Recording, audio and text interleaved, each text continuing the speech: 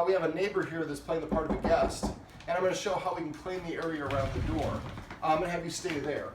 So what I'm going to do is I'm going to claim the area before I open the door. So I go here and make sure that the dog's not in front of me.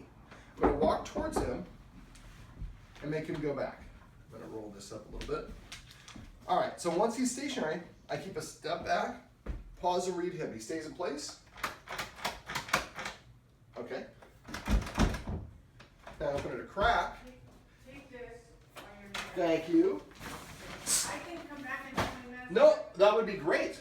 I'll come back in 20 minutes. Perfect, thank you. You're welcome. I have to load the car. All right. So you saw as soon as I turned my attention this way, even though my hips pointed this way, he came towards us. Eventually you'll be able to turn your eyes but keep your hips forward, or turn your hips but keep your eyes towards him. So one or both is towards him initially. After a while, he's going to understand where the line is, and that's why, I would put masking tape down temporarily so he knows this is the line I'm not allowed to cross, only when there's people at the door. The rest of the time I can go hang out at the door, there's no problem.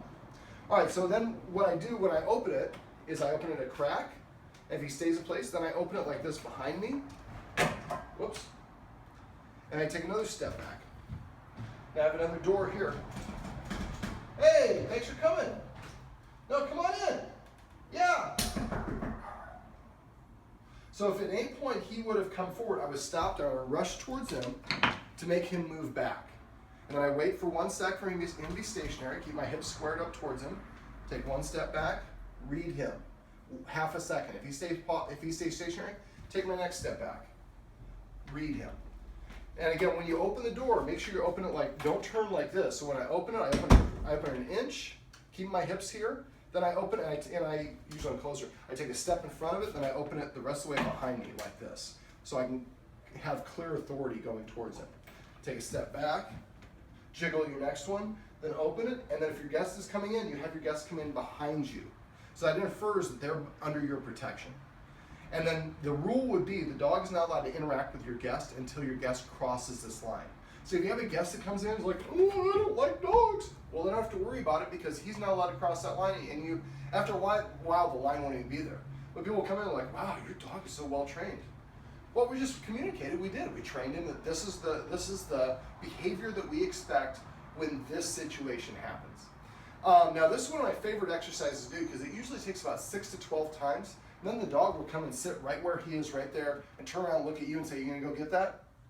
So when you order a delivery package or you have anything coming by, I have some people put a sign on their door, knock as much as humanly possible, dog training in progress. We're not kidding. And then people, because then when you get somebody comes by with like the UPS guy, they knock like this.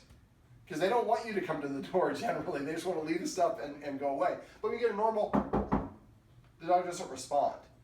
And I mean, he responds, he's aware that somebody's there, but he's not over-responding. So this is basically how we claim the area around the door. When you have friends or neighbors, if you have a neighbor in this case that would come by helping us practice, but if you have a friend or a coworker, somebody's coming by for business, ask them, hey, I'm kind of trying to teach my dog to kind of keep a distance from the door. Or I'm just training my dog to behave at the door. Can you knock kind of crazily and just text me when you're parking on the street so I'm ready for it? What typically happens is we're not ready.